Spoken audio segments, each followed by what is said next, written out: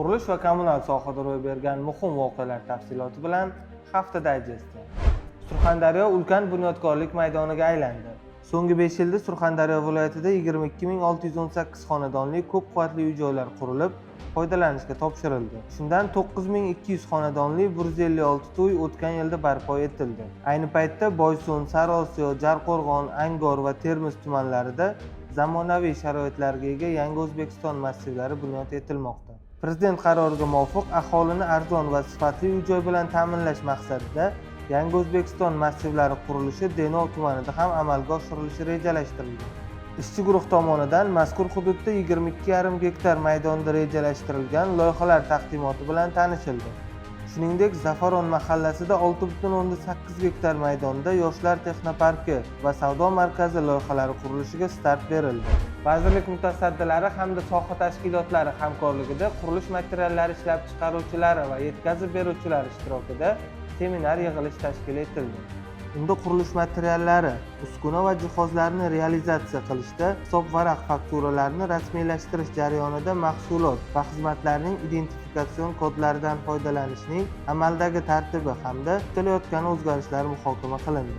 Xususan, milliy elektron katalogda mavjud bo'lgan ayrim umumiy nomdagi mahsulot va xizmatlarning identifikatsion kodlariga cheklovlar joriy etilishi hamda tadbirkorlik subyektlari uchun batafsil mahsulot va xizmatlarning identifikatsion kodlariga bosqichma-bosqich o'tish masalalariga alohida e'tibor qaratildi. Seminar davomida ushbu mexanizmlarning amaliy qo'llanilishi bo'yicha tushuntirishlar berilib, savol-javoblar o'tkazildi. Tadbir yakunida tadbirkorlik subyektlari bilan hamkorlikni kuchaytirish, ularga amaliy ko'mak ko'rsatish hamda o'zaro hamkorlikni tizimli yo'lga qo'yish maqsadida mas'ul tashkilotlar o'rtasida ishchi aloqalar o'rnatildi.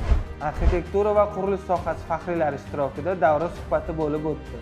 Vazirlar Mahkamasining tegishli qarori ijrosini ta'minlash maqsadida Arxitektura va qurilish sohasi faxriylar kengashi raisi Kozim To'laganov tashabbusi bilan Qishloq qurilish loyiha davlat muassasasida davra suhbati tashkil etildi. Unda soha faxriylari hamda Toshkent arxitektura va qurilish universitetining professor o'qituvchilari va ustoz murabbiylari ishtirok etdi.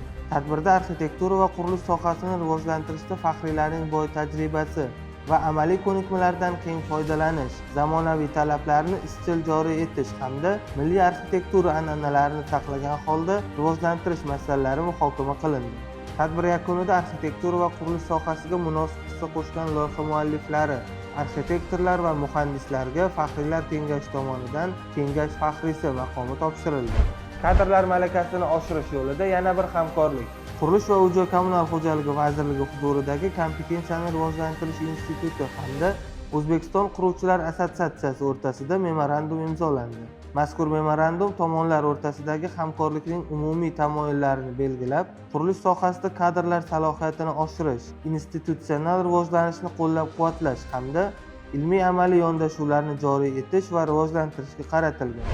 Shu kabi muhim yangiliklardan doimiy xabardor bo'lish uchun ijtimoiy tarmoq sahifalarimizga obuna bo'ling.